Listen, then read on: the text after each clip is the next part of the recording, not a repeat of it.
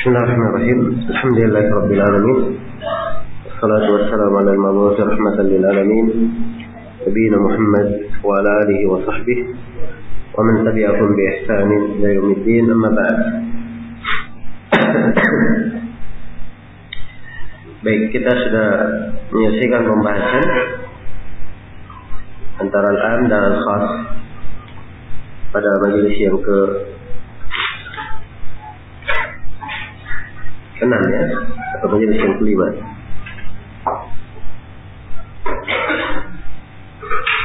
Yang majelis yang ke-6 dan pada majelis yang ke-7 ini insyaallah taala kita akan menyebutkan tentang at-takhsis dan bentuk-bentuknya. Kata beliau rahimahullah taala,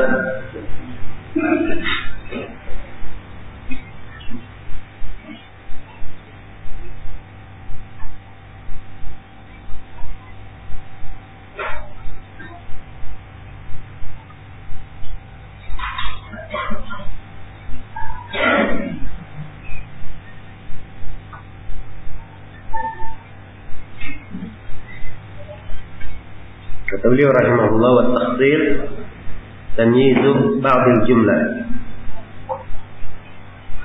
Dan takhsis itu adalah pengkhususan atau mengistimewakan sebagian jumlah, sebagian kalimat. Iya. Ini takhsir. Baik. Takhsis ini berbeda dengan khas ya, berbeda dengan khas. Kalau khas itu dia adalah pensifatan mengkhususkan lafaz. Pensifatan mengkhususkan apa? Mengkhususkan lafaz. Kalau mukhassis, takhsis dia adalah pensifatan yang mengkhususkan perbuatan. Ya. Baik, dan insyaallah taala dengan contoh dan pembagian yang akan diterangkan oleh penulis akan jelas mana takhsis ini. Nah,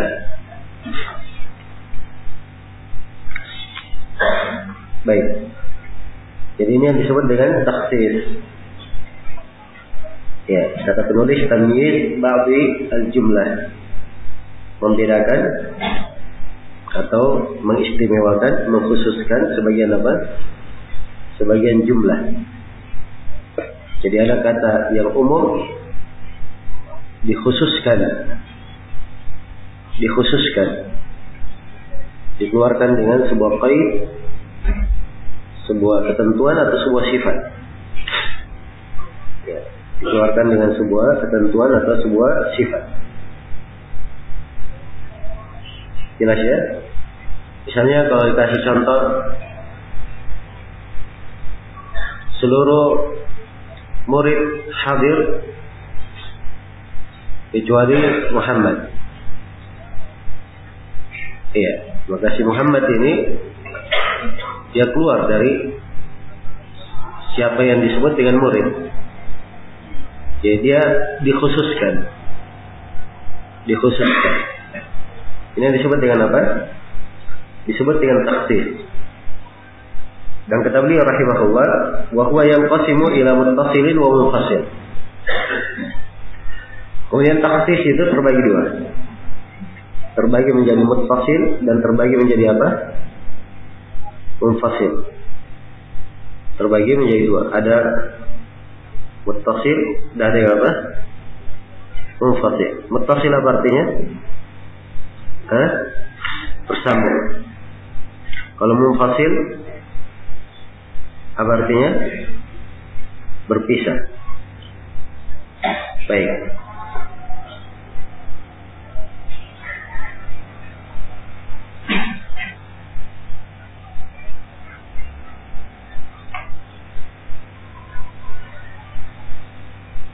Iya.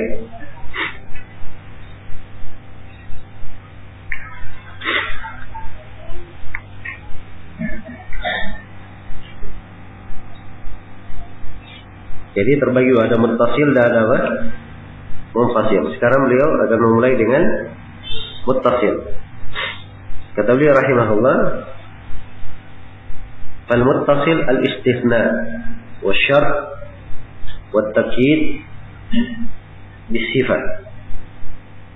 Kata beliau muttasil itu adalah 3. Yang pertama istithna, perkecualian. Ya. Perkecualian. Dan ada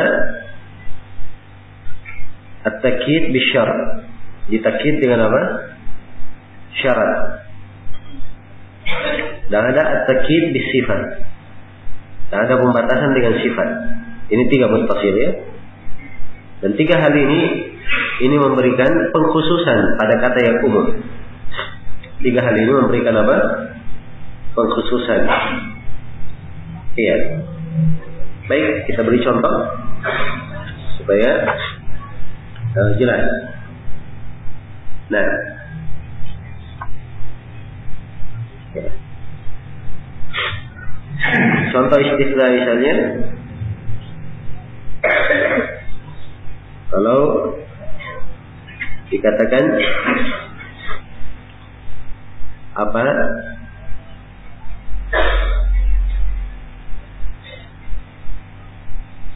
Hadara ad-duyuf illa Muhammadan. Seluruh tamu hadir kecuali Muhammad. Ini apa? Si Muhammad sekarang seluruh tamu. Tamu ini apa? Umum atau khusus? Umum. Keumumannya ditaksis, ada yang dikhususkan. Ya, dia disendirikan, diistimewakan, dikeluarkan darinya. Siapa itu? Kecuali Muhammad. Kenapa dia dikeluarkan? Karena ada kata apa di situ? Kecuali. Dan kecuali ini apa?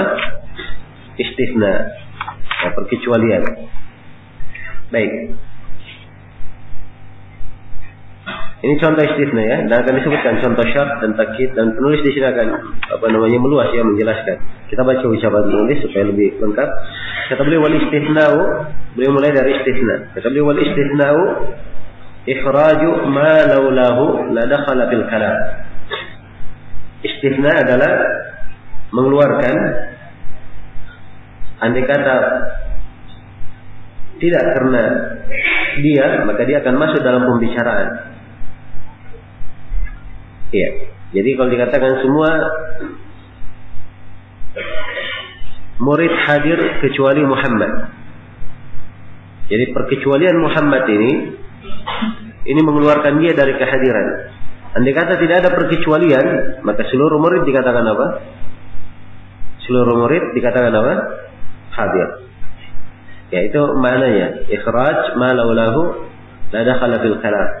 Ya, kalau lebih mudahnya biasanya istithna itu dengan menggunakan kata apa? Illa dan kawan-kawannya. Illa gairu, ya, dan semisal dengannya. Jelas ya? Dia memakai kata illa atau kata gairu atau yang semisal dengannya. Nah, itu istithna. Baik. Tapi disyaratkan pada istithna itu beberapa syarat. Bismillahirrahmanirrahim. Alhamdulillahirabbil alamin. Wassalatu wassalamu ala al-mab'uts rahmatan lil alamin. Nabiyina Muhammad wa ala alihi wa sahbihi wa man tabi'ahum bi ihsanin ila yaumiddin. Amma ba'd. Baik, kita sudah menyelesaikan pembahasan antara al-am dan al-khas pada majelis yang ke-6 ya, atau majelis yang ke-5.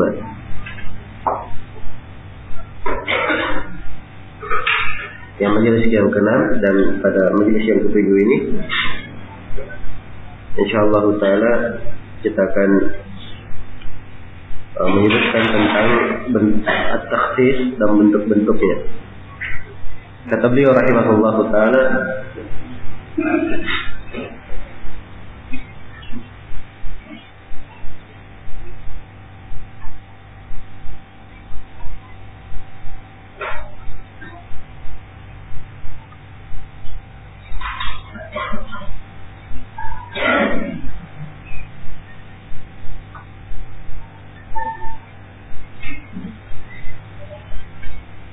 beliau rahimahullah, wa takhsis tamyizu ba'dil jumlah. Dan takhsis itu adalah pengkhususan atau mengistimewakan sebagian jumlah, sebagian kalimat. Iya. Ini takhsis. Baik. Takhsis ini berbeda dengan khas ya, berbeda dengan khas. Kalau khas itu dia adalah pensifatan mengkhususkan lafaz. Pensifatan mengkhususkan apa? Mengkhususkan lafaz. Kalau mukhassis, takhsis, dia adalah pensifatan yang mengkhususkan perbuatan. Ya. Baik. Dan insyaallah taala dengan contoh dan pembagian yang akan diterangkan oleh penulis akan jelas mana takhsis ini. Nah,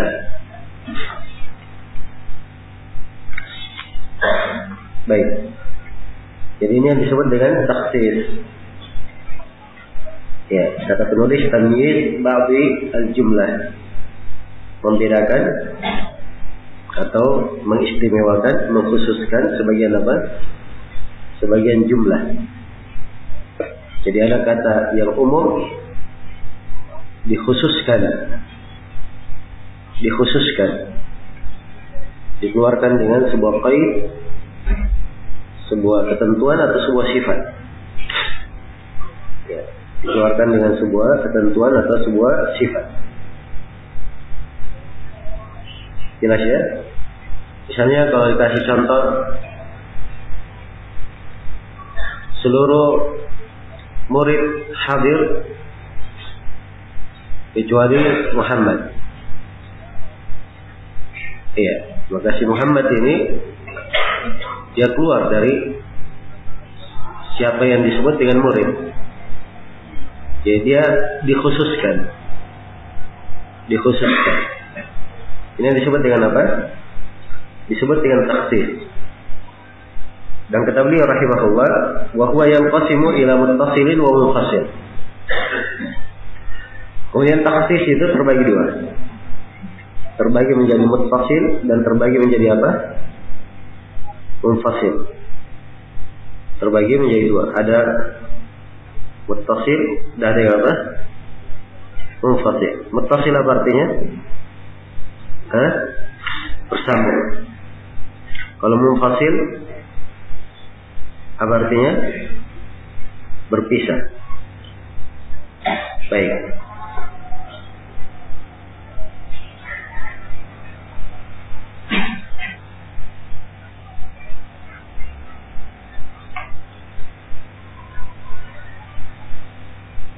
Iya.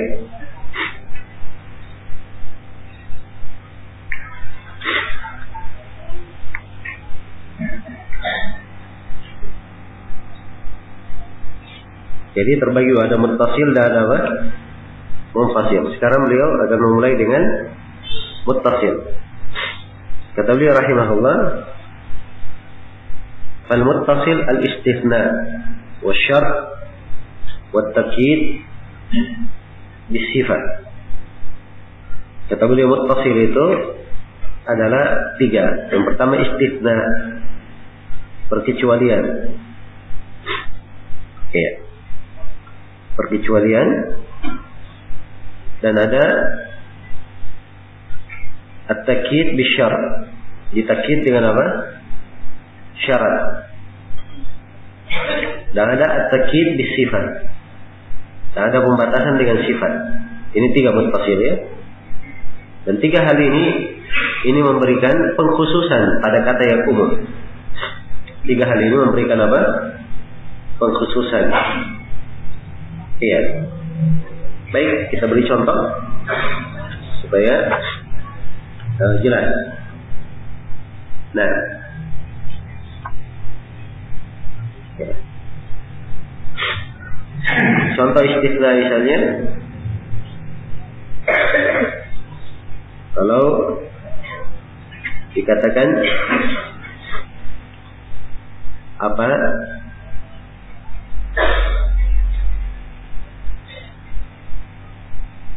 Hadara ad-duyuf illa Muhammadan. Seluruh tamu hadir kecuali Muhammad. Ini apa? Si Muhammad sekarang seluruh tamu. Tamu ini apa? Umum atau khusus? Umum. Keumumannya ditaksis, ada yang dikhususkan. Ya, dia disendirikan, diistimewakan, dikeluarkan darinya. Siapa itu? Kecuali Muhammad. Kenapa dia dikeluarkan? Karena ada kata apa di situ? Kecuali. Dan kecuali ini apa? Istisna. Ya, perkecualian. Baik. Ini contoh istisna ya. Dan akan disebutkan contoh syarat dan takkid, dan penulis di sini akan meluas ya menjelaskan. Kita baca ucapan penulis supaya lebih lengkap. Kata beliau wal istisna'u, beliau mulai dari istisna. Kata beliau wal istisna'u ikhraju ma laulahu la dakhala fil kalam. Istisna adalah mengeluarkan, andai kata tidak karena dia, maka dia akan masuk dalam pembicaraan. Iya. Jadi kalau dikatakan semua murid hadir kecuali Muhammad. Jadi perkecualian Muhammad ini mengeluarkan dia dari kehadiran. Andai kata tidak ada perkecualian, maka seluruh murid dikatakan apa? Seluruh murid dikatakan apa? Hadir. Ya, itu maknanya. Ikhraj ma laulahu la dakhala fil kalam. Ya, kalau lebih mudahnya biasanya istisna itu dengan menggunakan kata apa? Illa dan kawan-kawannya. Illa gairu, ya, dan semisal dengannya. Jelas ya? Dia memakai kata illa atau kata gairu atau yang semisal dengannya. Nah, itu istisna. Baik. Tapi disyaratkan pada istisna itu beberapa syarat. Bagi mereka yang mengatakan ditaksis dengan istisna, mereka mensyaratkan padanya beberapa syarat. Ya. Syarat yang pertama, hendaknya sebagian dari jumlah yang diistisna, ya, sebagian dari jumlah yang diistisna itu ada yang tersisa. Ada yang tersisa. Jelasnya? Misalnya seorang berkata, saya punya 10 kecuali 1. Ini boleh atau tidak? Ya, saya punya 10 kecuali apa? 1. Iya. Dia punya 10 kecuali 1, berarti dia hanya punya berapa? 9. Dia katakan punya 10 kecuali 1, ini boleh saja, tidak apa-apa. Tapi kalau dia katakan saya punya 10 kecuali 10, boleh atau tidak? Ini tidak boleh, sebab apa yang dia tinggalkan? Jadi harus ada yang tertinggal dari kalimat yang diperkecualikan. Jelas ya? Baik. Kecuali kalau yang dia perkecualikan itu hanya menyinggung lebih banyak atau lebih sedikit, tidak apa-apa. Ya. Seperti misalnya firman Allah Subhanahu wa taala, ya. Inna ibadi laysa laka alaihim sultanun illa man ittaba'aka minal ghawin. Sungguhnya hamba-hambaku tidak ada. Ya, sungguhnya hamba-hambaku tidak ada kekuatan bagi engkau wahai iblis untuk menyesatkan mereka, kecuali siapa yang mengikutimu dari al-ghawin. Ya. Jadi Allah terangkan bahwa hamba-hambanya tidak bisa disesatkan oleh iblis. Ada yang diperkecualikan. Siapa yang diperkecualikan? Mereka yang mengikuti apa? Iblis, mengikuti jalannya dari al-ghawin, dari orang-orang yang mengikuti hawa nafsu. Al-ghawin itu dia kenal petunjuk tapi tidak mengamalkannya, tidak mengikutinya. Itu ghawin namanya. Jelas ya? Baik. Kebanyakan sekarang yang mengikuti iblis itu kebanyakan manusia atau kebanyakan manusia tidak mengikuti iblis. Ya, dalam Al-Quran Allah firman, wa ma aktsarun nas walau harasta bimu'minin. Manusia tidak akan menjadi banyak walaupun kamu semangat, mereka mendapat apa? Kau semangat, mereka itu beriman. Ya. Jadi kebanyakan manusia itu ikut kepada siapa? Kepada iblis. Nah, jelas ya. Maka perkecualian yang seperti ini bentuknya, istisna yang seperti ini tidak dipermasalahkan. Iya. Kemudian syarat yang kedua, hendaknya istisna itu bersambung di dalam pembicaraan. Dia bersambung secara hakiki atau bersambung secara hukum. Dia bersambung. Seperti contoh-contoh yang kita sebutkan tadi.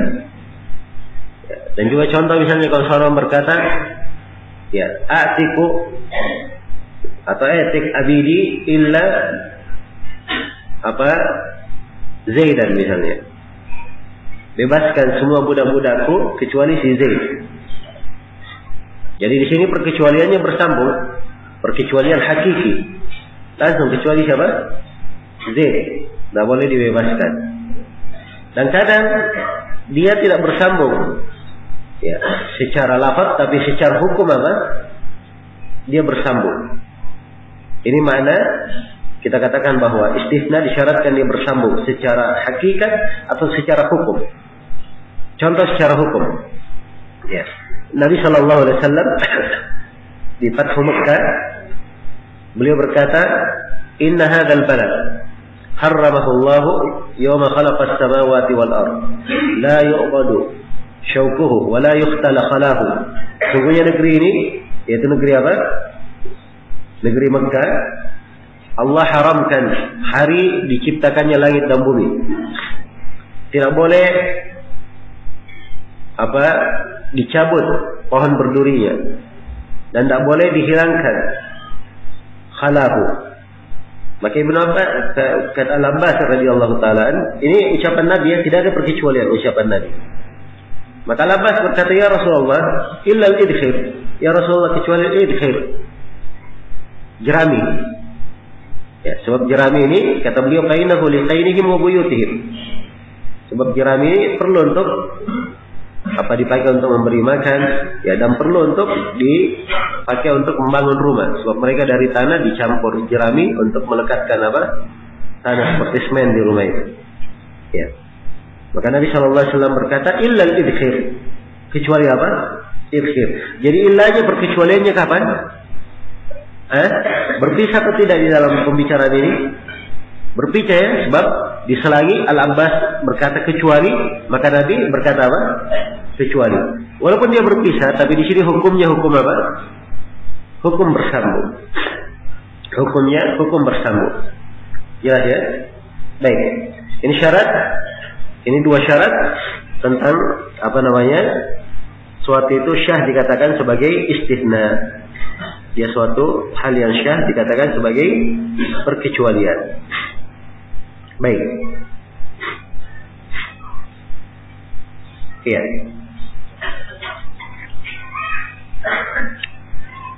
Nah, kalau misalnya ada orang yang berkata, ya seluruh budakku saya bebaskan.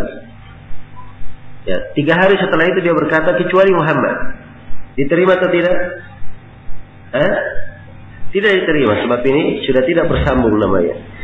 Ya, dikatakan dia tidak bersambung.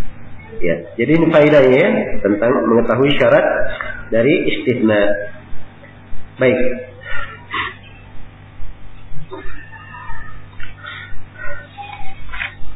Ya, di antara contoh dari istisna adalah firman Allah Subhanahu wa taala di surah An-Nur ayat 5 dan ayat berapa? Ayat 4 dan ayat 5.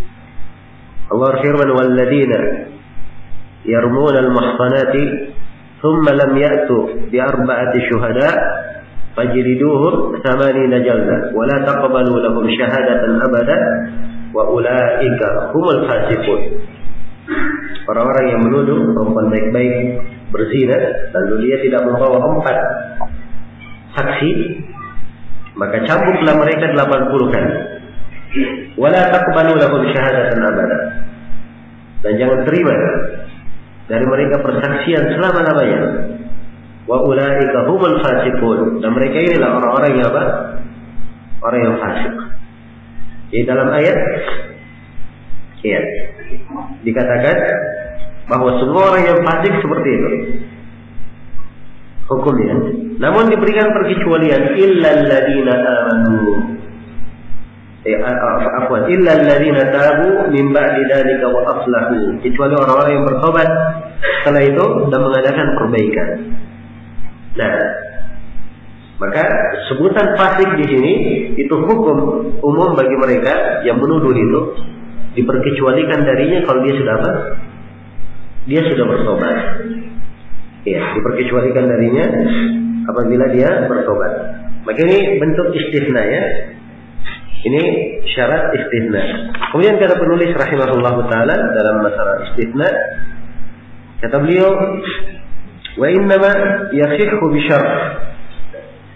Dan istisna itu syah dengan syarat ayyabqa minal mustasna minhu syai'. Dengan syarat tersisa dari yang diperkecualikan sesuatu. Ini sudah kita terangkan ya, bahwa tidak boleh diperkecualikan semuanya. Saya punya 10 kecuali 10, atau saya punya 10 kecuali 9. Ini tidak diperbolehkan. Dia hendaknya mengambil sesuatu yang tersisa. Ya, dan sesuatu yang tersisa ini lebih mendominasi. Nah, kemudian kata beliau, min syartihi ay yakuna muttasilan bil kalam. Dan dari syarat istisna, dia harus bersambung dengan pembicaraan. Harus bersambung dengan pembicaraan. Ya, kalau tidak bersambung, tidak istisna namanya. Dan bersambungnya ini kita sudah sebutkan tadi, bersambung terbagi dua, bersambung secara hakikat dan secara apa? Secara hukum. Iya. Baik. Kemudian kata penulis, wa yajuzu taqdimul istisna 'ala al-mustasna minhu. Dan boleh istisna lebih didahulukan di atas mustasna minhu. Ya, biasanya kalau perkecualian itu di mana? Di belakang kan biasanya. Ya. Semua tamu hadir kecuali Muhammad. Kan biasanya di belakang, kecualinya di mana biasanya? Di belakang. Tapi kata beliau, boleh istisnanya, perkecualiannya dikedepankan. Jadi katakan kecuali Muhammad, semua tamu datang. Itu boleh menurut penulis. Ya, dan ini juga dalam bahasa Arab adalah hal yang apa? Hal yang dibolehkan. Hal yang dibolehkan. Karena itu tidak apa-apa. Ya, kalau didahulukan, ya, istisnanya, perkecualiannya didahulukan. Nah, didahulukan. Dan ini adalah hal yang tidak dipermasalahkan. Baik. Kemudian kata beliau rahimahullah, ya, dan ini di bahasa Arab banyak ya contoh-contohnya dalam bahasa Arab. Tentang syawahid tahwiyah yang disebut di dalam hal ini, wa mali illa ala Ahmad syi'atun wa mali illa madhhab al-haqq madhhabu.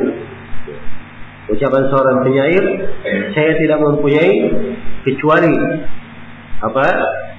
Pengikut Nabi Muhammad sebagai kawan, dan saya tidak mempunyai kecuali madhab kebenaran sebagai madhab.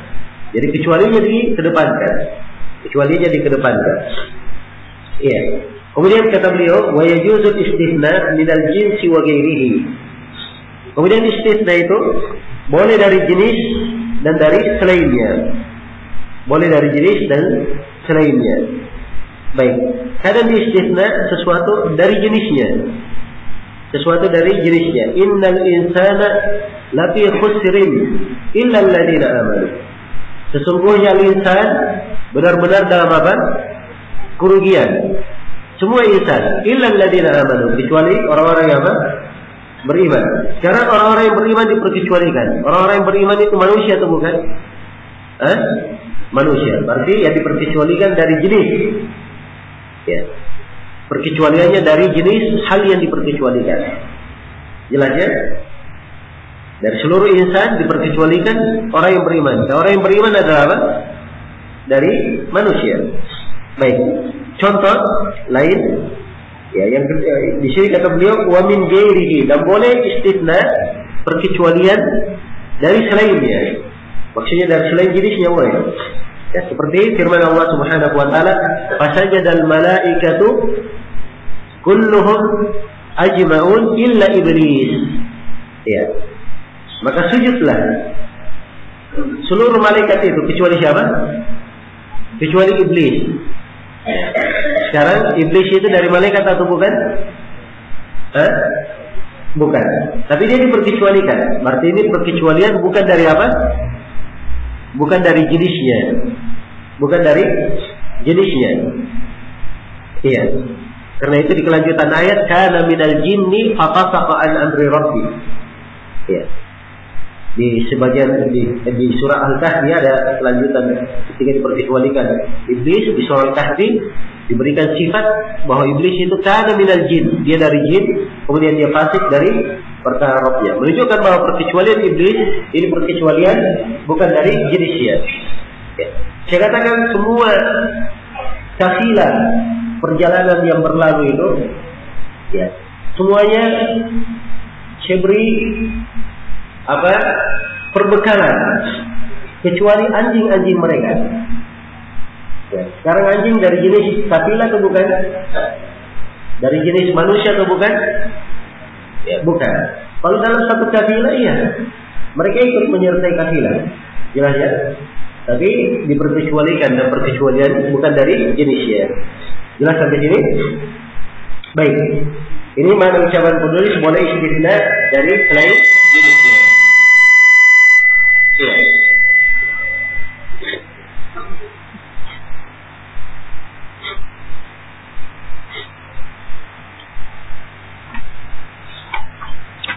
Ya, dan ini dibangun di atas pembahasannya, dibangun di atas apa?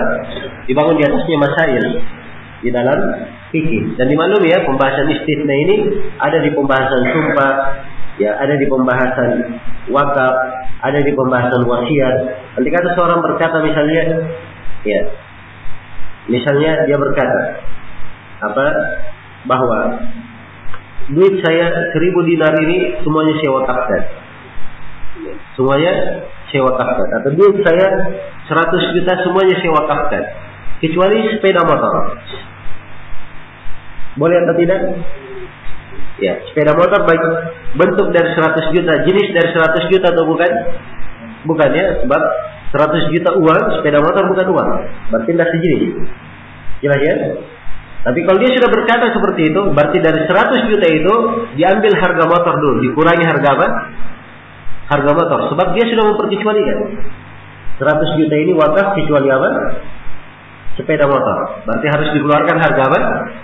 Harga sepeda motor. Baik. Ini contohnya ya, dan ini berlaku nanti di banyak pembahasan di dalam ilmu fikih. Baik. Kemudian dari bentuk taksis yang kedua, kata beliau wasyart dan syarat. Ya. Kata beliau wasyartu yajuzu ya ayata'akhkhara 'anil masyrut wa yajuzu ayataqaddama 'alal masyrut. Dan syarat itu boleh dia lebih didahulukan di atas hal yang disyaratkan, boleh dia terakhir mundur dari hal yang disyaratkan, dan boleh dia didahulukan. Iya, boleh dia didahulukan. Nah, syarat yang dimaksud di sini terdapat di dalamnya jumlah syartiyah. Ada persyaratan di depannya di dalam kalimat. Ya, bukan syarat di pembahasan ahkam wad'iyah di sini ya. Itu syarat lain di ahkam wad'iyah. Tapi di sini persyaratan ini kalau apa? Sifatnya di dalam konteks pembicaraan. Seperti firman Allah Subhanahu wa taala, "Walakum nisfu ma taraka azwajukum illam yakun lahunna walad." Ya, dan kalian para suami mendapatkan 1/2 dari apa yang ditinggalkan oleh istri-istri kalian yang meninggal apabila istri-istri kalian tidak mempunyai anak. Ya. Jadi suami mendapatkan bagian 1/2 dari harta istri, syaratnya apa? Syaratnya apabila si istri tidak punya anak. Ini disebut apa? Disebut syarat. Dan syarat ini pengkhususan. Andai kata si istri punya anak, maka dia tidak dapat 1/2, tapi dapat berapa? Dapat 1/4. Ya.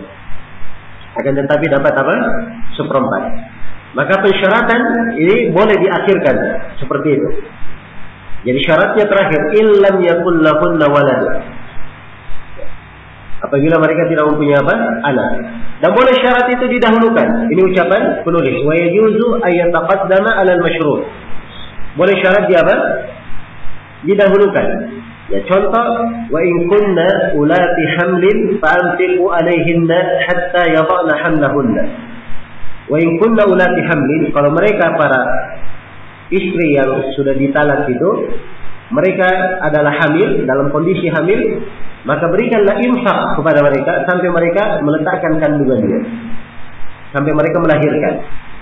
Jelas ya, jadi syaratnya untuk dikasih nafkah, syaratnya dikedepankan, yaitu kalau dia hamil dikasih nafkah. Jelas ya, dikasih nafkah. Tapi kalau dia tidak hamil, tidak diberi nafkah. Ya, syarat disimpan di depan. Nah, maka syarat ini adalah pengkhususan. Dia adalah sifat yang mentaksis pembicaraan, mengkhususkannya. Baik, selesai ya tentang syarat. Nah, iya, sudah selesai istisna sebagai salah satu bentuk dari taksis yang bersambung. Demikian pula sudah selesai kita jelaskan tentang syarat. Ya, tentang syarat dari taksis yang sifatnya apa? Bersambung. Kemudian yang ketiga dari bentuk yang sifatnya bersambung, kata beliau wal muqayyad bisifat. Ya. Muqayyad bisifat yang ditakyid dengan sebuah sifat. Nah, ya. Dia diikat dengan sebuah sifat. Wa yuhmalu alaihi, di mana keumumannya itu diarahkan kepada mana takyidnya. Contoh, ar-raqabati quyyidat bil aymani fi ba'd al mawadhi'. Contoh seperti ar-raqabah, ya.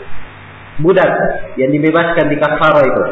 Di sebagian kafarah ditakyid bahwa budak mukmin, dia harus budak yang apa? Beriman, sebagian tempat. Wa utliqat fi ba'd al mawadhi', dan sebagian tempat hanya disebut membebaskan budak saja. Tidak disebutkan apa? Keimanannya. Ya. Maka yang seperti ini fayuhmalul mutlaq 'alal muqayyad. Yang mutlaknya diarahkan maknanya kepada apa? Diarahkan maknanya kepada yang muqayyad. Diarahkan maknanya kepada yang muqayyad. Baik. Di sini di pembahasan penulis ini sudah ada beberapa kalimat yang harus dijelaskan. Sekarang beliau memberi contoh al-muqayyad bisifat, apa yang ditakyid dengan sifat. Nah, beliau memberi contoh misalnya ayat-ayat yang menjelaskan tentang membayar kafarah. Ya, dimaklumi ya, di kafarah itu dibayar di pembahasan zihar, pembahasan sumpah, ada kafarah membebaskan budak, di pembahasan haji, di pembahasan puasa. Ya, di 4 pembahasan ini kafarah hanya disebutkan raqabah, membebaskan budak saja. Membebaskan apa? Budak. Tapi di pembahasan membunuh disebutkan bahwa budak yang dibebaskan adalah budak apa? Budak yang beriman. Fatahriru raqabatin mu'minah, membebaskan budak yang beriman. Ya.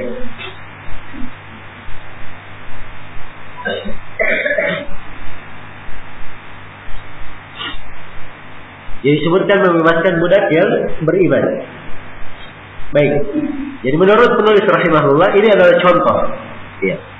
Ini adalah contoh bahwa ketika ada seperti itu, ya. Ketika ada seperti itu, maka budak yang disebutkan di di dalam ayat itu yang sifatnya umum, raqabah hanya disebut umum sebab budak mungkin budak kafir, mungkin budak mukmin. Begitu disebutkan di tempat lain budak mukmin, maka di tempat lain yang disebutkan budak mukmin ini menunjukkan pengkhususan bahwa budak yang diinginkan adalah apa? Adalah budak mukmin. Ya, ini contoh dari penulis terlalu apa? Terlalu global ya. Nah, baik. Dan sebenarnya hakikat permasalahannya perlu dirinci lebih banyak.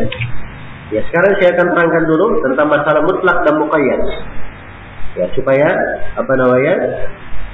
kita akan lebih rinci di dalam membahas contoh yang disebutkan oleh penulis. Di sini kata beliau fayuhmal al-mutlaqu 'ala al-muqayyad. Maka yang mutlak itu diarahkan maknanya kepada apa? Yang muqayyad. Mutlak itu mirip dengan am. Dia mirip dengan kata apa? Umum. Mutlak artinya yang lepas, tidak terikat. Ya, yang lepas tidak apa?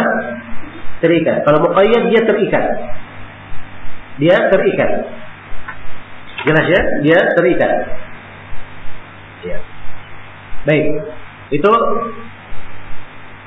apa? Muqayyad. Kalau dikatakan murid-murid, maka ini mutlak. Kalau dikatakan murid-murid. Tapi kalau dikatakan misalnya apa? Murid-murid perempuan, maka ini apa? Dia ditakkid bahwa murid yang dimaksud adalah murid apa? Perempuan. Iya, jelas ya? Jadi kalau ada yang mutlak, asalnya mutlak itu diarahkan kepada makna apa? Makna yang muqayyad. Ya, ini menurut penulis. Ya, rahimahullahu taala. Dan sebenarnya di dalam hal ini ya ada beberapa perkara yang perlu diperhatikan. Ya. Yang pertama ada nas. Dia datang secara mutlak. Ya, datang secara mutlak. Seperti di ayat-ayat tentang mahram. Dikatakan hurrimat alaikum ummahatukum. Diharamkan atas kalian ibu-ibu kalian. Ibu ini siapa? Dia mutlak. Ya, sebab ibu seorang bisa ibu kandungnya, bisa neneknya, ya, bisa nenek dari ibunya, bisa nenek dari ayahnya. Ini mutlak. Maka semuanya apa? Diamalkan. Jadi kalau dia datang tidak ada yang membatasinya, asalnya semuanya di apa? Diamalkan. Iya. Jelas ya? Semuanya diamalkan. Tapi kalau di dalam nas ada pembatasan, ada takyid, maka asalnya takyidnya dilakukan. Seperti di kafarah, faman lam yajid fa siyamu syahrayn mutatabi'ain. Siapa yang tidak mampu, maka dia berpuasa 2 bulan apa? Berturut-turut. Dikatakan 2 bulan apa? Berturut-turut. Sekarang 2 bulan ditakyid dengan kata apa? Berturut-turut. Ya, sebab kalau puasa 2 bulan boleh dia cicil hari per hari, boleh apa namanya? Dia lakukan hari ini 1 bulan, kali ini 1 bulan, nanti 5 bulan lagi 1 bulan. Itu boleh kalau dikatakan 2 bulan. Tapi begitu dikatakan 2 bulan berturut-turut, nah ini apa maknanya? Dia harus 2 bulan apa? Bersambung. Harus 2 bulan bersambung. Ya, jelas sampai sini ya? Baik. Ya. Dan keadaan yang ketiga, kalau datang dalam suatu lafaz dia mutlak, datang di lafaz yang lain dia apa? Muqayyad. Ya, datang di lafaz lain dia muqayyad. Nah, ini yang di sini oleh penulis rahimahullahu taala dia memberikan kaidah global bahwa mutlak diarahkan maknanya kepada muqayyad. Ya, padahal ini sebenarnya perlu dirinci. Sebab keadaan mutlak dan muqayyad itu terbagi berapa? Ada terbagi 4. Ya, keadaan mutlak dan muqayyad tidak lepas dari 4 keadaan. Iya. Baik, tidak lepas dari 4 keadaan. Nah, keadaan yang pertama, ya, keadaan yang pertama, ya. Jadi kalau ada mutlak dan muqayyad, di situ perlu kita lihat 2 hal dulu. Ada hukum dan ada sebab. Ada hukum dan apa? Ada sebab. Iya. Kalau hukum dan sebabnya sama, hukum dan sebabnya sama, maka mutlak itu diarahkan maknanya kepada yang muqayyad menurut kesepakatan ulama. Ya. Mutlak diarahkan maknanya kepada apa? Muqayyad menurut kesepakatan ulama. Baik.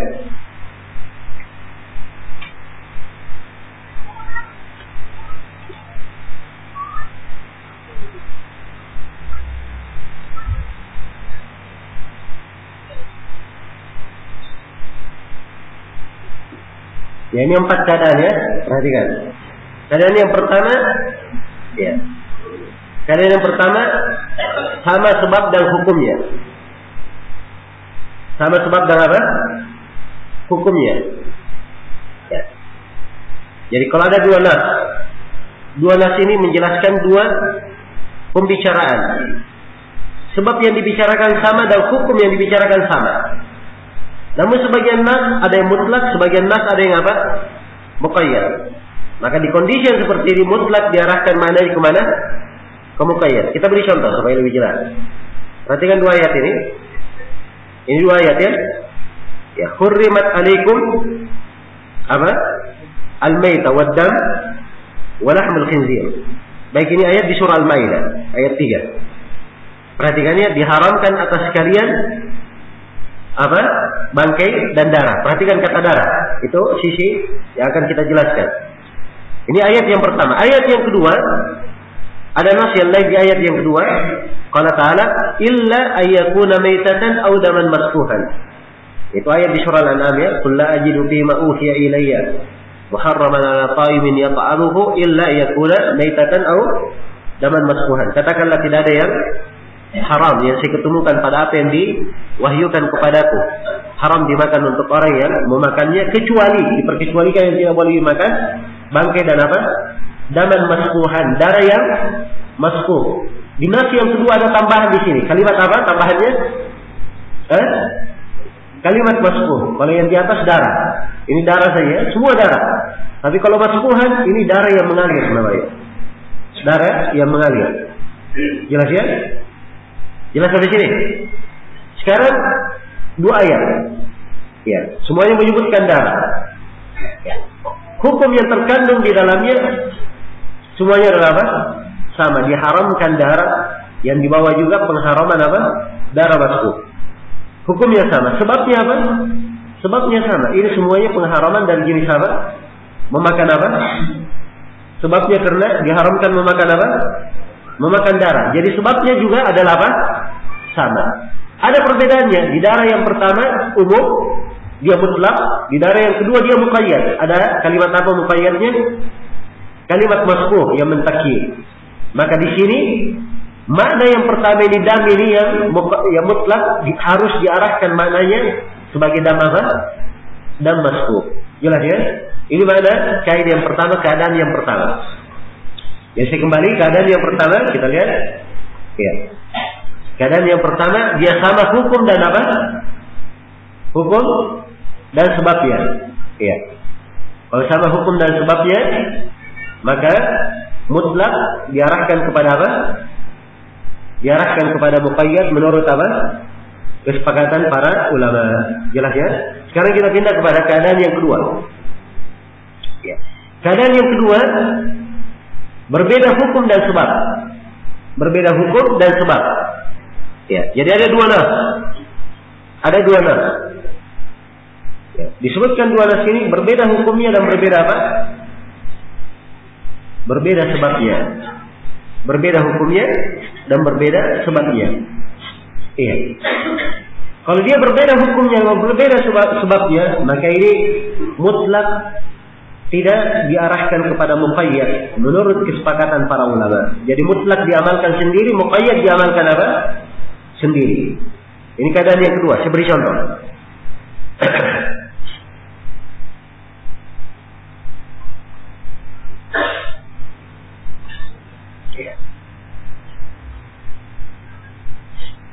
Baik, ini contoh ayatnya ya. Ini perhatikan ayat di surah Al-Maidah ayat 38. Allah firman was-sariqu was-sariqatu faqata'u aydiyahuma. Ya. Laki-laki dan perempuan yang mencuri, potonglah tangan keduanya. Di sini kata apa? Tangan ya, perhatikan. Kata tangan. Iya. Sampai mana dipotong tangannya? Sampai di siku kan pergelangan tangan? Sebentar dulu, kita hubungkan ya. Jadi kata tangan di sini mutlak. Nah, diterangkan sampai mana? Iya. Baik, nah diterangkan sampai mana? Ada ayat yang kedua, diterangkan, disebutkan tangan dan disebutkan tangan sampai ke mana? Ke siku, yaitu ayat tentang apa? Wudu. Wa aydiyakum ilal marafiq, dan cucilah tangan-tangan kalian sampai ke mana? Sampai ke siku. Ya, sekarang perhatikan dua nasnya dulu. Tangan yang pertama dia apa? Sifatnya mutlak. Tidak ada ketentuannya, tidak ada sifat yang membatasinya. Dia bermakna lepas. Ini aidi yang pertama, mutlak dia. Tapi tangan yang kedua, ini ada batasannya. Dikatakan tangan sampai kemana? Sampai ke siku. Ya, sekarang apakah kita katakan hukumnya kalau begitu? Tangan yang pertama adalah laki-laki dan perempuan yang mencuri. Kalau dipotong tangannya, dipotong sampai ke siku. Begitu? Dikatakan mutlak diarahkan kepada muqayyad? Jawabannya tidak. Kenapa? Sebab ini hukum dan sebab berbeda. Ya. Ayat yang pertama, laki-laki dan perempuan yang mencuri, potonglah tangan keduanya. Ya. Apa sebabnya dia dipotong tangannya? Sebabnya mencuri. Hukumnya, kalau dia mencuri, hukumnya apa? Dipotong tangannya. Ini hukumnya di ayat yang pertama. Di ayat yang kedua, cucilah tangan kalian sampai ke siku. Ini sebabnya karena apa? Ya. Sebabnya karena dia berhadas. Ada dia hadas, atau dia ingin perbaharui wudunya, maka dia berudu. Ya. Dan hukumnya kalau dia berhadas, hukumnya dia apa? Dia berudu. Jadi sebab ada perbedaan sebab. Yang sana sebabnya mencuri, ini sebabnya karena berhadas. Yang sana hukumnya juga berbeda. Yang sana hukumnya dipotong, yang ini hukumnya apa? Berudu. Kalau begitu tidak ada hubungannya antara dua nas di sini. Tidak bisa dikatakan bahwa tangan di sini, tangan di ayat di atas, ya, yang berkata tangan saya itu diarahkan kepada siku, dipotongnya, tidak. Karena ini dua nas berbeda. Maka kalau begini keadaannya, ayat yang pertama ini diamalkan sendiri, dan ayat yang kedua diamalkan apa? Sendiri. Jelas ya? Tapi khusus untuk khusus untuk mencuri ini ada di taksis oleh hadis. Ya, sebab di dalam hadis disebutkan bahwa tangan yang dipotong itu sampai ke mana? Ke pergelangan. Ya, tangan yang dipotong sampai ke pergelangan. Jelas ya? Dan nanti mungkin akan saya terangkan ini contoh ayat Al-Quran ditaksis oleh apa? Ditaksis oleh hadis. Ya, Rasulullah Sallallahu Alaihi Wasallam. Baik. Selesai sudah ya? Ini keadaan yang kedua. Kita kembali kepada keadaan yang ketiga tadi. Ya. Keadaan yang ketiga, berbeda hukum dan sama sebabnya. Hukumnya berbeda, tapi sebabnya apa? Sebabnya sama. Hukumnya berbeda, ya, tapi sebabnya sama. Ya. Kita beri contoh supaya jelas.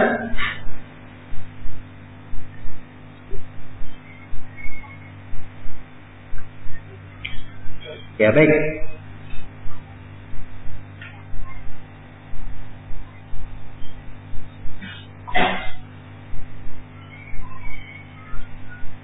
Ya, perhatikan ini ya, dua ayat.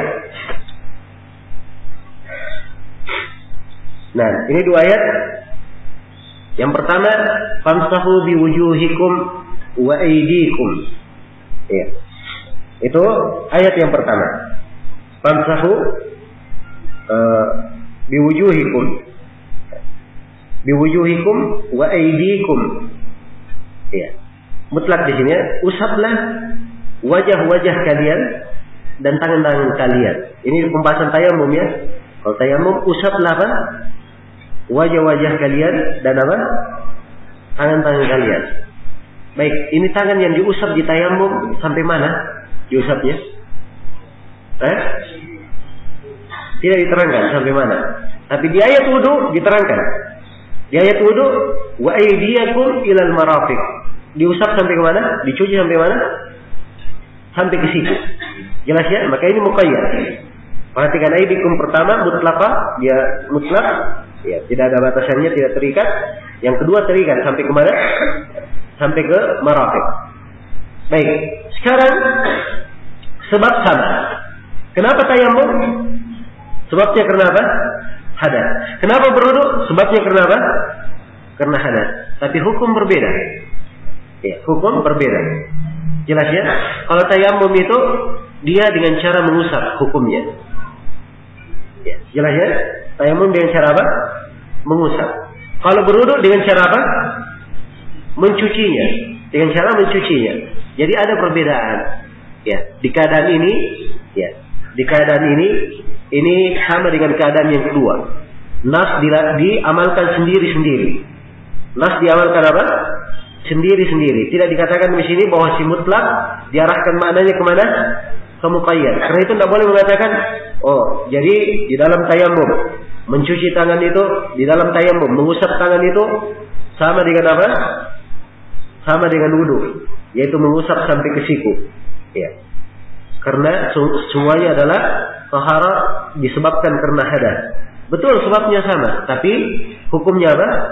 Hukumnya berbeda. Karena itu tidak boleh tidak boleh dikatakan bahwa mutlak diarahkan kepada makna muqayyad. Ini yang ketiga. Jadi kalau berbeda hukum dan sebab, ya, maka ketentuannya si mutlak tidak boleh diarahkan kepada apa? Muqayyad. Diamalkan masing-masing. Ya, ini yang ketiga, ini ada silang pendapat di kalangan ulama, tapi yang benarnya ini yang disebut di sini. Tidak boleh mutlak diarahkan kepada apa?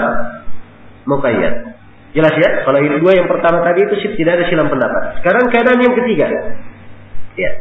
Keadaan yang ketiga inilah yang diberi contoh di sini oleh penulis rahimahullahu taala. Diberi contoh oleh penulis dengan dua ayat yang telah kita bacakan tadi. Ya, jelas ya? Sekarang keadaan yang keempat, dia sama di dalam hukum dan sama di dalam apa? Dia sama di dalam hukumnya, tapi berbeda di dalam apa? Sebabnya. Sama di dalam hukumnya, tapi berbeda di dalam sebabnya. Contoh, hukum membayar kafarah pada jenis-jenis kafarah yang kita sebutkan tadi, semuanya diberi hukum kafarahnya dibayar dengan apa? Dengan budak. Sama hukumnya. Ya. Tapi sebab membayar budak itu berbeda. Ada yang membayar budak disebabkan karena kafarah bihar, ada yang karena membunuh, ada yang karena melanggar sumpah, ada yang karena haji, ada yang baik. Ini jenis kafarah ya. Ya, disebabkan perbedaan sebab yang berbeda. Nah, maka di sini dua ayat kita perhatikan. Di kafarah bihar, ya, cuma disebutkan misalnya kafarah bihar ya. Sama juga dengan kafarah yang lainnya, kafarah bihar, kafarah jiwa di bulan Ramadan, ya, kafarah sumpah. Hanya disebutkan fatahriru raqabah, membebaskan budak saja. Jadi kata budak di sini dia mutlak atau muqayyad? Ini antum paham atau? Ya, sekarang kata budak di sini mutlak atau muqayyad? Dia mutlak. Tidak ada yang mengikatnya. Tapi di ayat yang menjelaskan kafarah membunuh dengan keliru atau salah, ya, disebutkan fatahriru raqabatin mu'minah, membebaskan budak apa? Budak beriman. Jadi ada takyid apa di sini? Beriman. Jelas ya? Jadi kalau sebab, ya, kalau hukum sama, semuanya bayar budak hukumnya. Tapi sebabnya berbeda. Sebabnya berbeda. Hukumnya semuanya membayar budak.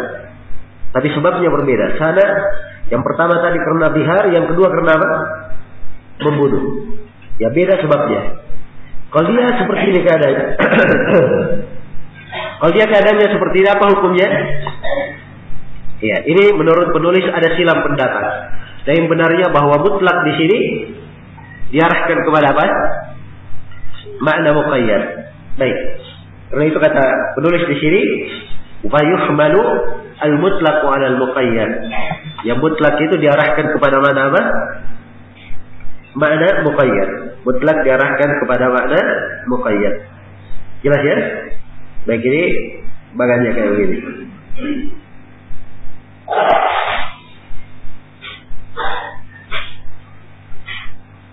Iya. Ini bagan-bagan ini bagus ya. Kalau seorang mau melihat dua nas, ya dia bisa klasifikasikan seperti ini. Dia bawa dua nasnya dulu. Ya, kemudian cara yang kedua dia ambil kalimat yang mana yang mutlak, yang mana yang muqayyad. Kemudian setelah itu dia tentukan dulu apa hukum setiap dari ayat, setiap dari nas itu.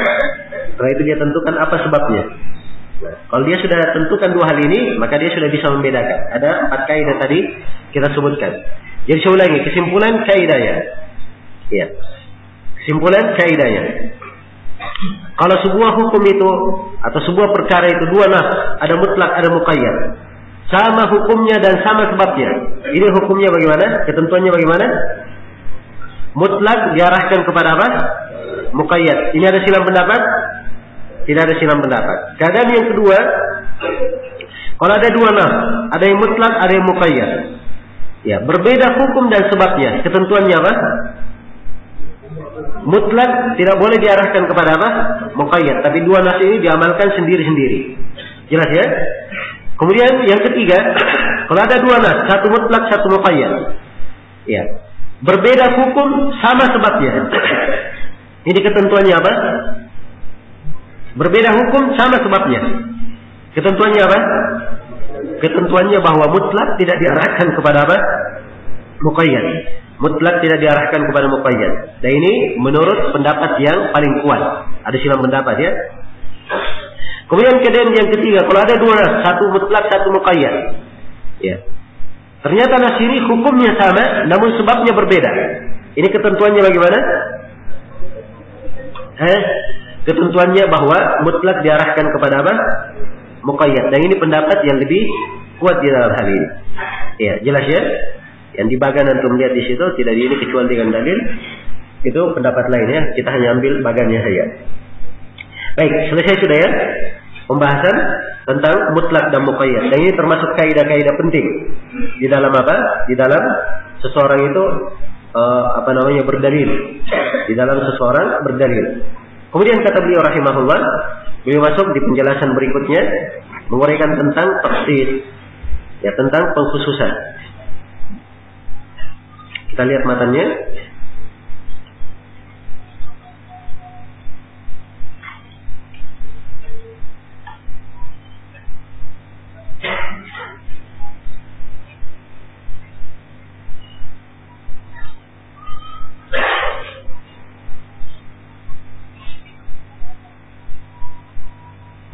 Ya. Kata beliau, wa yajuzu at-takhsis ya bil kitabi. Wa yajuzu takhsilul kitabi bil kitab. Dan boleh mentakhsis kitab dengan kitab. Ya. Boleh mentakhsis kitab dengan apa? Kitab. Nah,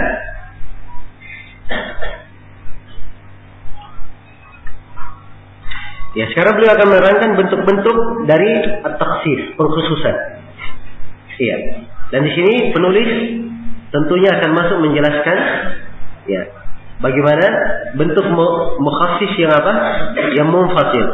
Karena tiga yang kita sebutkan sebelumnya itu semuanya mukhassis yang apa? Muttasil atau munfasil? Munfasil. Ya, ini sekarang antum lupa lagi akar pembahasan kita. Ya, jangan dilupa ya, orang berbicara apa sekarang, itu yang paling penting di pelajaran. Seorang sekarang sedang belajar, kita berada di atas planet mana? Ya, planet bumi kah atau planet yang lain? Itu harus dia tahu. Ya, kalau dia berada di atas planet yang lain, dan nyambung nanti pelajarannya. Ya, jelas ya? Jadi sekarang kita di pembahasan apa? Pembahasan takhsis. Setelah kita sebutkan tadi, takhsis terbagi berapa? Terbagi dua. Ada muttasil dan ada apa? Munfasil. Yang muttasil ada berapa? Ada tiga. Ada mukhassis dengan apa? Istithna. Ada yang dengan apa?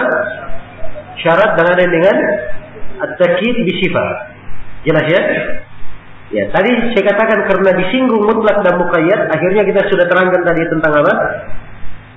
Mutlak dan muqayyad. Sekarang kita kembali kepada takhsis yang kedua, yaitu takhsis apa?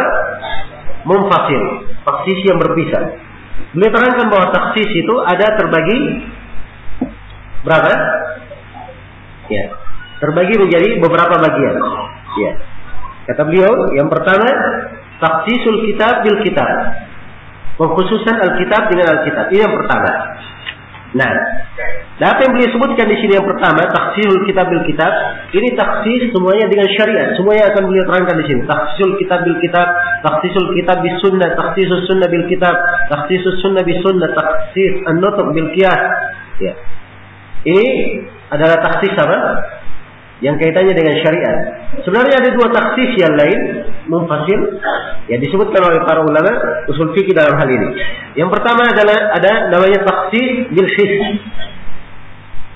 Pengkhususan karena hal yang sudah dimaklumi ya dengan panca indera. Contoh firman Allah Subhanahu wa taala, "Tudammiru kulla syai'in bi amri rabbiha." Ini tentang kisah apa namanya?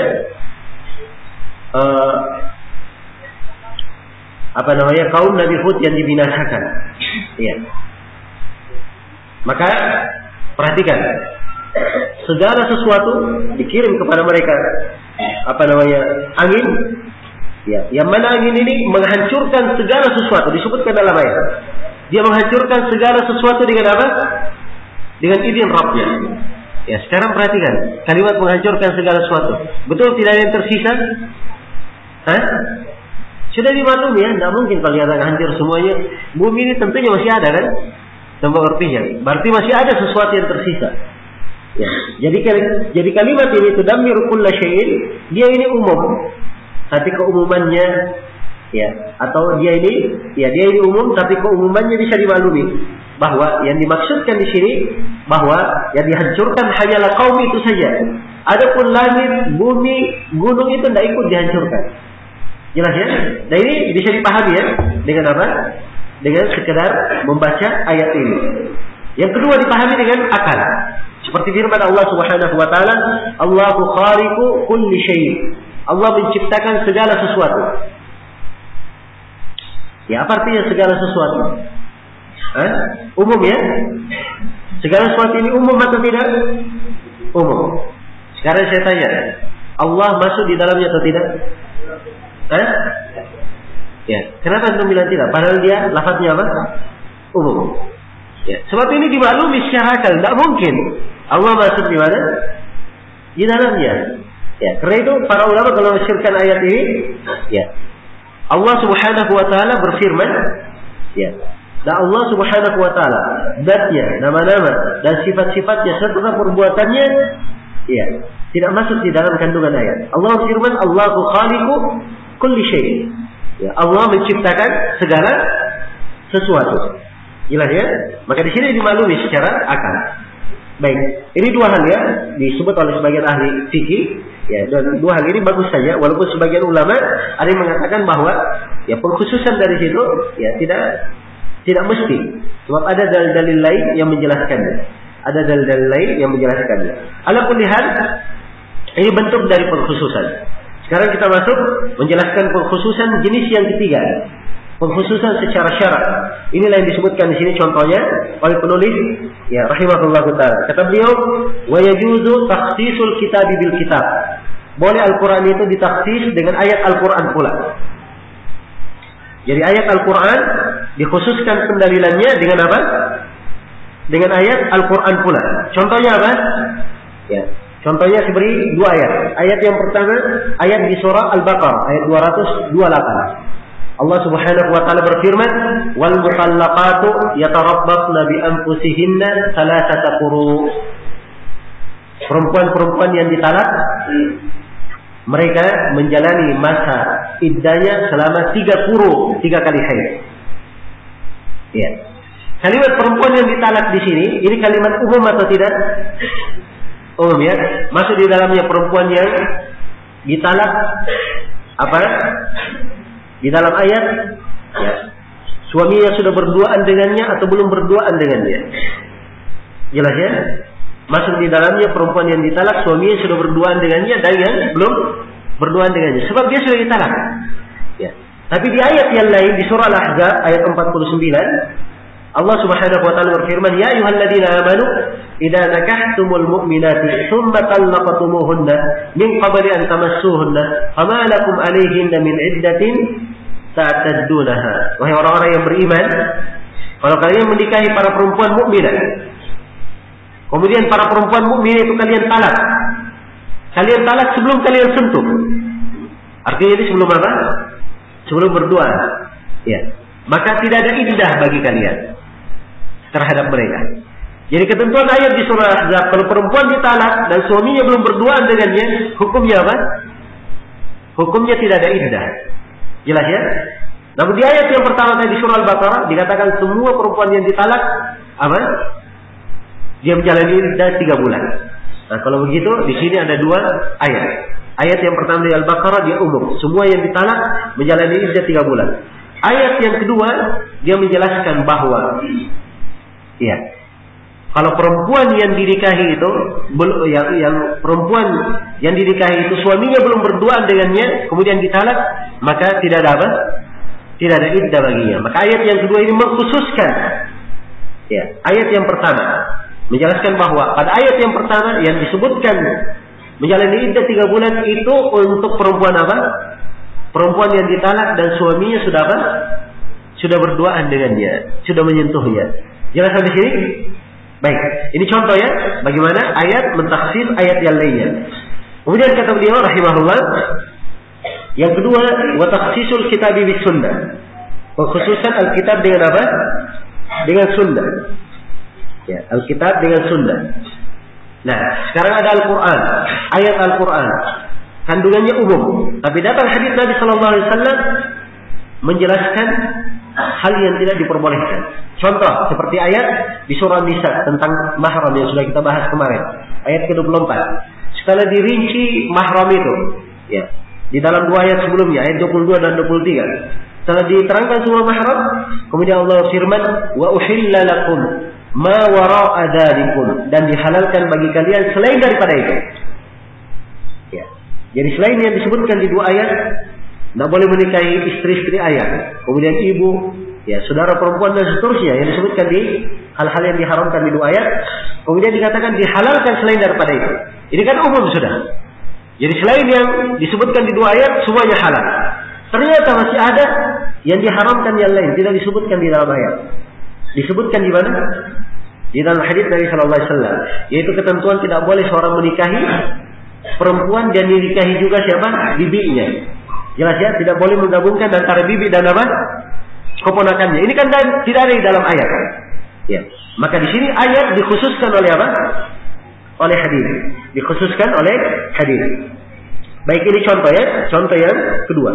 Kemudian yang ketiga kata penulis, wa takhsisus sunnah bil kitab. Ada takhsis hadis dengan Al-Qur'an. Ya, hadis dia lafaznya umum, ketentuannya umum, tapi datang ayat Al-Qur'an apa? Memberikan, ya, datang ayat Al-Quran memberikan kekhususan padanya. Saya beri contoh. Seperti misalnya sabda Rasulullah Sallallahu Alaihi Wasallam, ya, umirtu an uqatilan nas hatta yashhadu an la ilaha illallah wa anna Muhammad wa anni Rasulullah.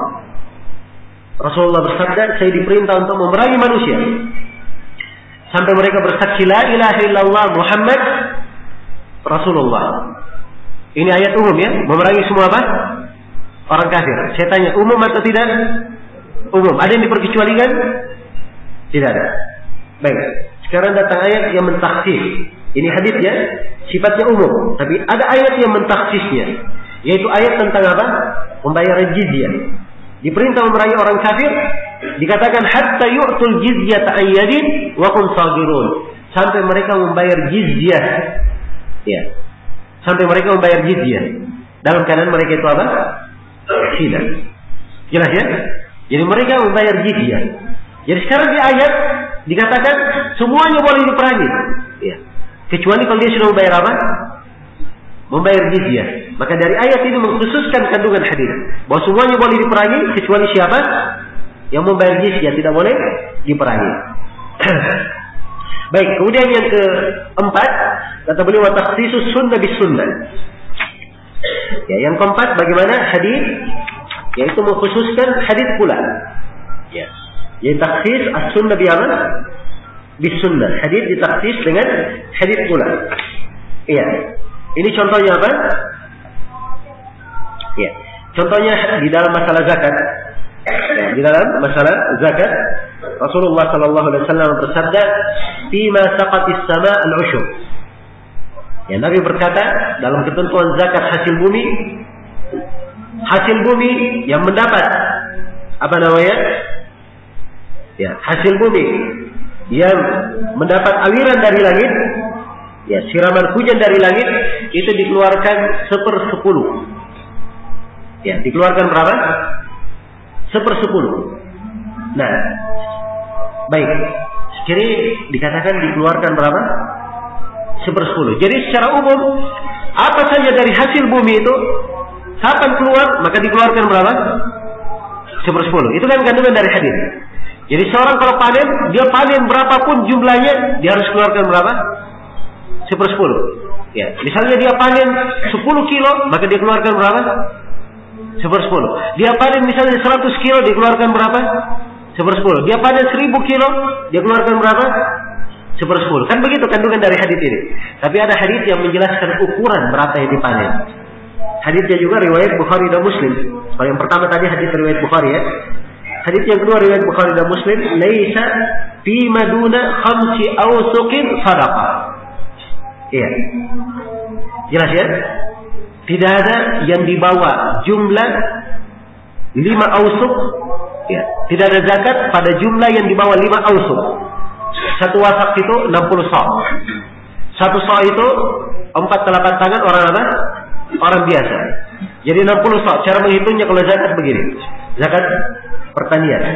Jadi sekarang satu wasak berapa sok jumlahnya? Jumlahnya 60 sok. Jadi kalau dikali 5 semuanya berapa sok? 300 sok. Ya, baik. Satu soknya berapa kilo? Kita ambil yang paling sedikit. Anggaplah kita kilo, 2 kilo 40 gram. Jadi paling tidak dia berapa? Ya, anggaplah kalau dianggap 2 kilo berarti 600 kilo, paling sedikit. Ya. Jadi kalau hadis yang pertama 100 kilo dia panen, harus dikeluarkan 10. Tapi kalau hadis yang ketiga tidak, hadis yang kedua tidak. Nanti dapat 600 kilo berkeluar apa? 1/10. Kapan cuma 500 atau 590 itu tidak keluar. Jelas ya? Maka di sini hadis ditaksis dengan apa? Dengan hadis. Ini contoh ini yang keempat. Kemudian yang kelima kata beliau wa takhsisun nutuq bil qiyas. Iya. Yang kelima adalah mentaksis an-nutuq dengan qiyas. Nutuq ini yang beliau maksud, beliau jelaskan. Wa la bin nutqi qala Allah Subhanahu wa taala wa qala Rasulullah sallallahu alaihi wasallam. Yang kami inginkan dengan nutuq adalah firman Allah dan sabda Rasulullah sallallahu alaihi wasallam. Ya, jadi yang kelima ini beliau terangkan bahwa ada ayat dan ada hadis yang itu bisa dikhususkan pendalilannya dengan apa? Dengan qiyas. Bisa dikhususkan pendalilannya dengan qiyas. Baik, kita beri contoh dari ayat. Ayat misalnya Allah firman az-zaniyatu waz-zani fajlidu kulla wahidin minhuma mi'ata jaldah. Perempuan dan laki-laki yang berzina, maka cambuklah setiap dari keduanya 100 kali cambukan. Ya, 100 kali cambukan. Jadi cambuk berapa kali? 100 kali. Datang ayat yang lain. Ya. Jadi ini ayat dia umum ya. Datang ayat yang lain, ayatnya umum, menjelaskan setiap pezina, apakah dia merdeka maupun tidak merdeka. Ya. Kalau konteks ayat, dia merdeka maupun tidak merdeka, dicambuk berapa? 100 kali. Tapi datang ayat yang lain menjelaskan bahwa ayat yang pertama itu bukan semua orang yang dimaksud, tapi itu orang yang merdeka saja. Karena di ayat yang lain diterangkan tentang budak, fa in ataina bi fahishatin fa alaihinna nisfu ma 'alal muhsanati minal adab.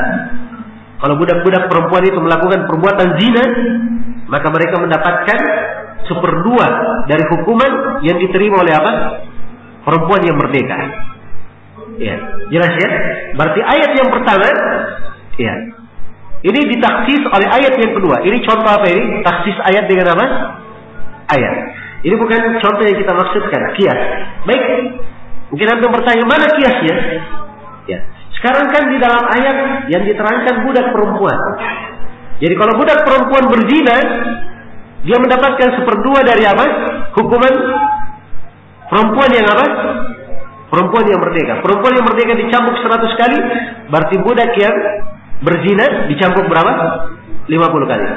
Sekarang muncul pertanyaan, bagaimana kalau yang berzina itu budak lagi-lagi? Berapa dia dapat? Ya. Kalau laki-laki yang merdeka 50. Kalau laki-laki yang merdeka dijambuk berapa? 100 kali, sama dengan perempuan yang merdeka. Ya.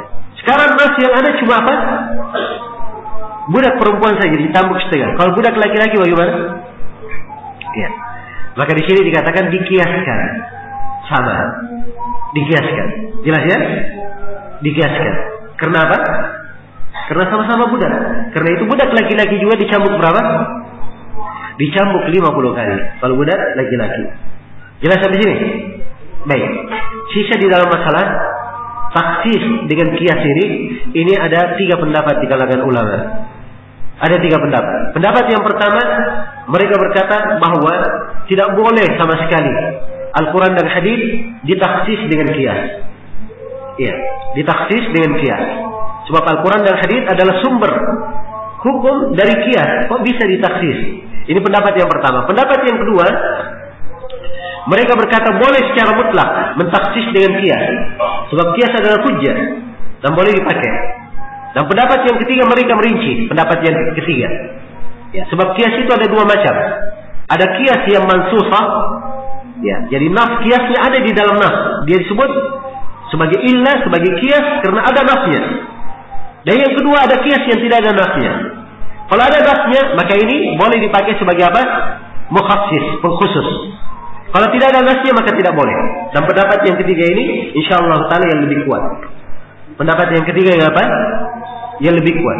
Jadi dilihat kalau kiasnya itu ada nasnya, memang diambil dari ayat Al-Quran, ya, maka dikatakan boleh dikiaskan. Tapi kalau tidak ada nasnya, ya, tidak ada nasnya, maka di sini dikatakan tidak boleh dijadikan sebagai apa?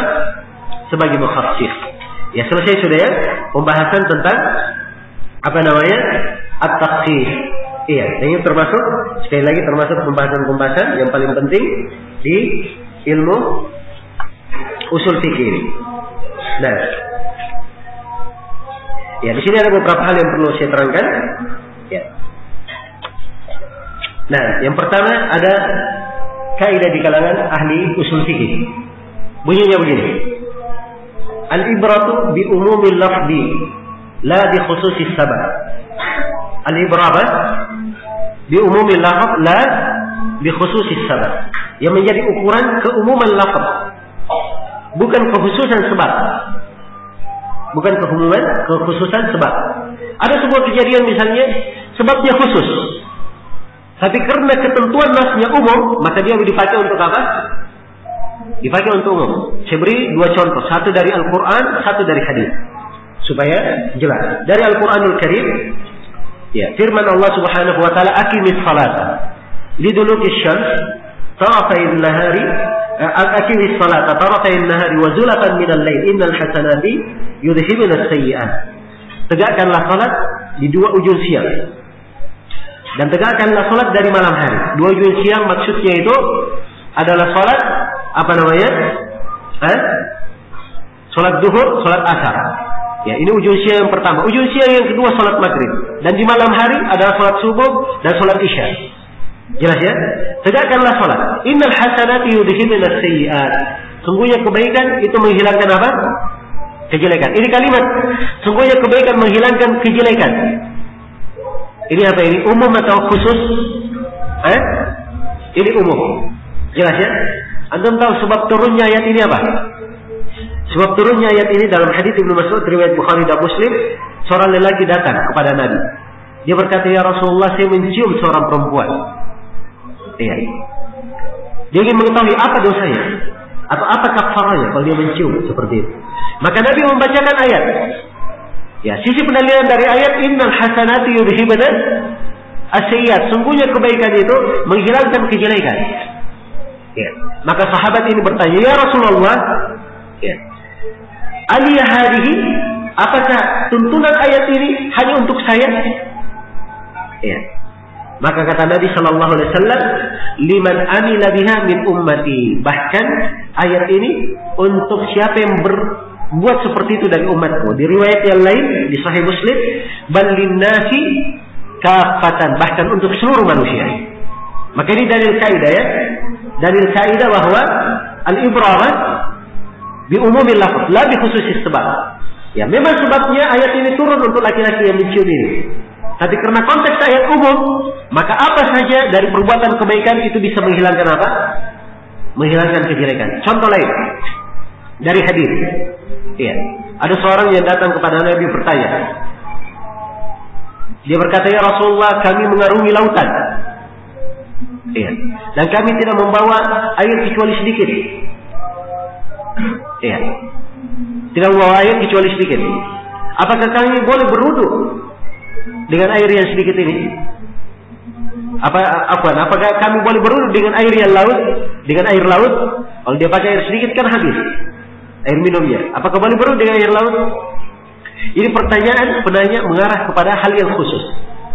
Jelas ya? Tapi Nabi menjawab jawaban dengan jawabannya apa? Ya, jawabannya umum. Jadi tidak boleh dikatakan sababul wurudnya khusus dan jawabannya adalah apa? Umum. Sebab al-ibrah apa? Bi umumil lafaz la bi khusus as-sabab. Sebab wurudnya memang khusus.